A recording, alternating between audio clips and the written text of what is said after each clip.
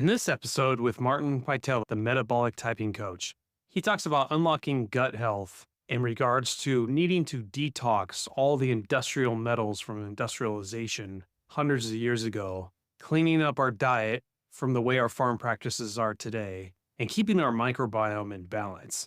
Now, I know a little bit about each of these topics, and I'm always striving for more information, and I found the right man because he is just a wealth of information. So if you're curious, stay tuned. This is part 2 of 3 of an interview I did with Martin Pytela from Life Enthusiast podcast. If you'd like to catch up, just go back an episode. How's it going? This is Brad Williams with Over 40 Fitness Hacks, the podcast where I help you, being over 40, to fight the aging process without giving up your social life. I've been a personal trainer and gym owner for over 14 years, and I specialize in helping the over 40 crowd get to their goals. If you need a little bit of guidance, check out my show notes. I have a link to schedule a free 15-minute Zoom call, and you can ask all the questions you want.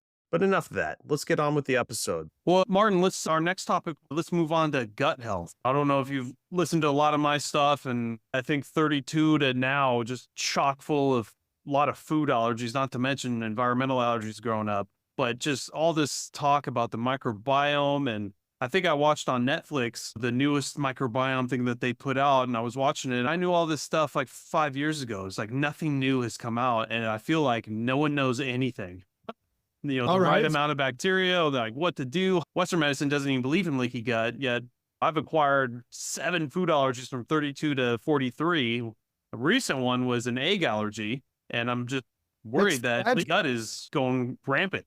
Yeah, that's tragic. I mean, egg is such a beautiful thing. One of my favorites. Well, you should try and figure out whether it's the egg white or egg yolk that triggers you. It may not be the same. Yeah, that's what I read. Try and figure out whether duck egg is okay or not okay. One of the reasons for the allergy might be that your childhood vaccinations were done with a vaccine that's grown on a chicken egg culture, which may have primed you for the. But let me start at the top. So it's the heavy metal and industrial toxins that will cause the decline of function everywhere, especially in the gut. Like the problems that I had when I was in my worst was the metals, and it was the gut. It was the breakdown in the gut that was causing the greatest trouble.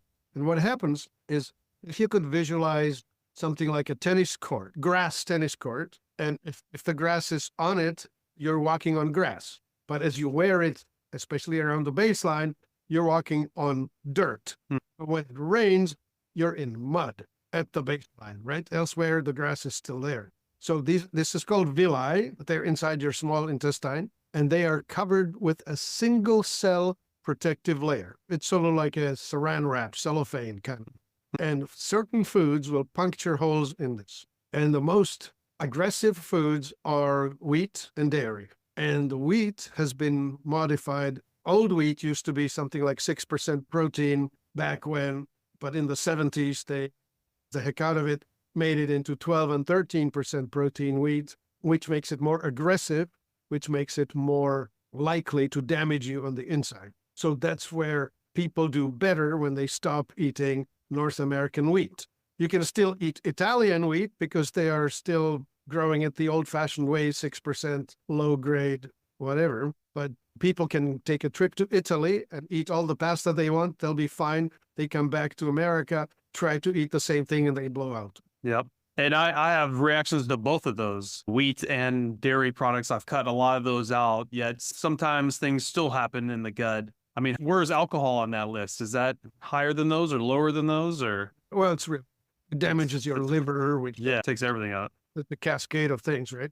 Like it starts right here with the mouth, and then the stomach and the small intestine, large intestine, liver, kidney, spleen, blood cleansing, lymphatic system. It's a connected thing. Everything follows into one another. Going back to the gut thing. Yeah. When you have a leaky gut, you also have a leaky brain, and you also have a leaky immune system. So, and these are interconnected. So if you give yourself a concussion, your immune system is shot and your gut is troubled. But giving yourself leaky gut is about as good as giving yourself a concussion. Leaky gut gives you leaky brain, which means that you're not able to think as clearly. Recalling things and remembering things and learning things get impacted by what we call the leaky gut. So I started with this villi, So the villi get shortened and worn off until it's just nothing. That's called celiac disease. That's like really bad. That's really bad. Yeah. And you're somewhere, they have 5 stages, Marsh 1 through 5. Marsh 1, you're screwed. Mm-hmm. You're healthy. And anyway, so I was there too. I had totally leaky gut. And it's the microbes that live within that need to be healthy. And it's the mix. You will have the good guys and the bad guys, the gram positive and the gram negative, as in oxygen loving and oxygen hating. And you need to manage that. And of course, in my business, we are actually manufacturing superfoods, and we make these things to help people restore, right? Yeah. The steps are toxicity. You must get rid of the toxic things that are in your body, that are already there, and that are incoming. You just need to clean up. Malnutrition is you need to feed yourself correctly. And in relation to the gut, we have probiotics, which is the microbe, prebiotic, which is what they eat, and postbiotic, which is what they make. Okay, so the prebiotics are mostly oligosaccharides. They are the fibers in things. So you need to eat beans and potatoes and whatever to a certain extent, not too much. So you need to feed the bacteria what they need to eat.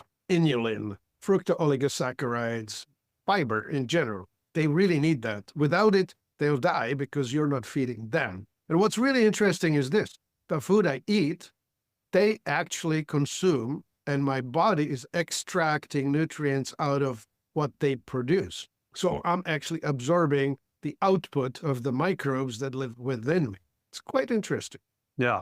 So you measured like celiac disease, you were giving it like a 5 level, and celiac disease being 1 or 0 or whatever. Can you heal the gut completely so it's back at a 5? Or who knows, unless you really cut in there and look, right? But have you seen cases where they come completely back, at least what you can tell? I know people who have gotten better, including myself. Yeah.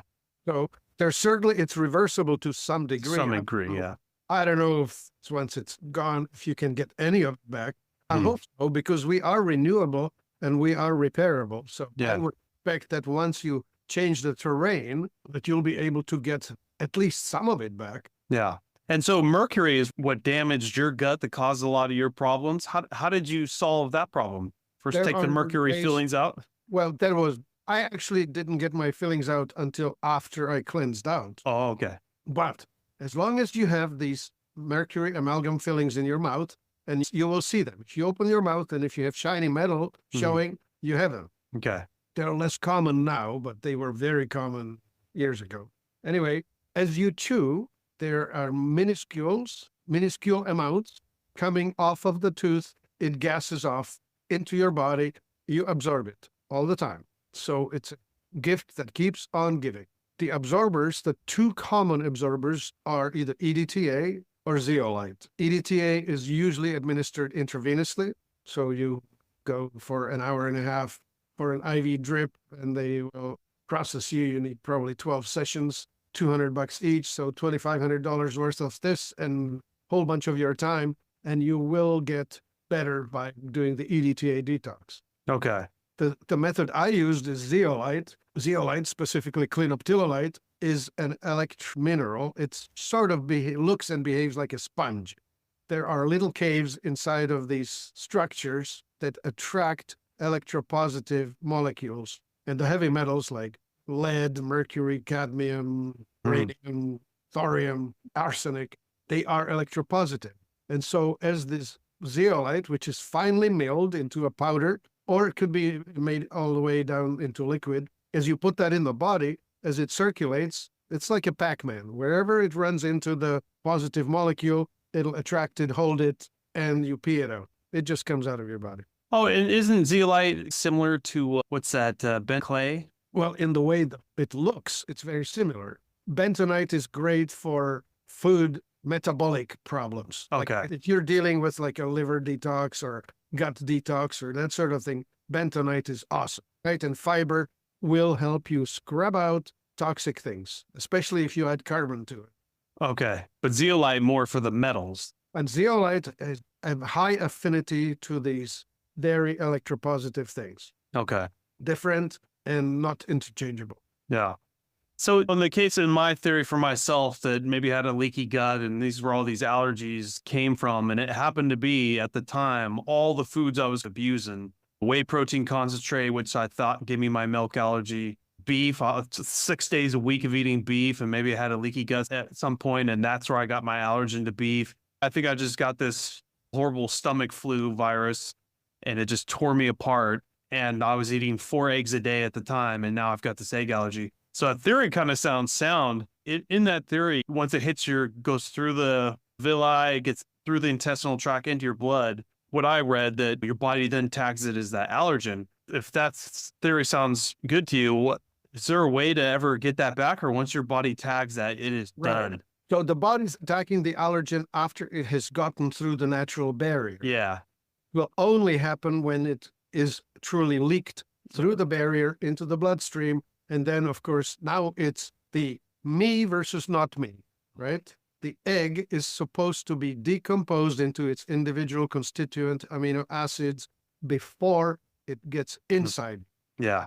But if the under-digested egg gets through the barriers, you will have now clusters of amino acids traveling together. So they will be larger individual aminos. And when that happens, it could be looking like your thyroid tissue, and your immune system starts shooting these custom bullets at these proteins and injuring your thyroid. Or it will look like your cartilage in your joint, and it will start going after these proteins. And by the fact of it looking like your cartilage, it'll give you arthritis. So whether or not I eat eggs anymore, there still could be some damaging going on. The fix is twofold, right? That you need to certainly stop the incoming fire. Yeah. You do need to fix the leakiness of the gut. You fix the barrier, you will bring your defenses back and you can't eat the egg again because the leakiness is gone. Okay.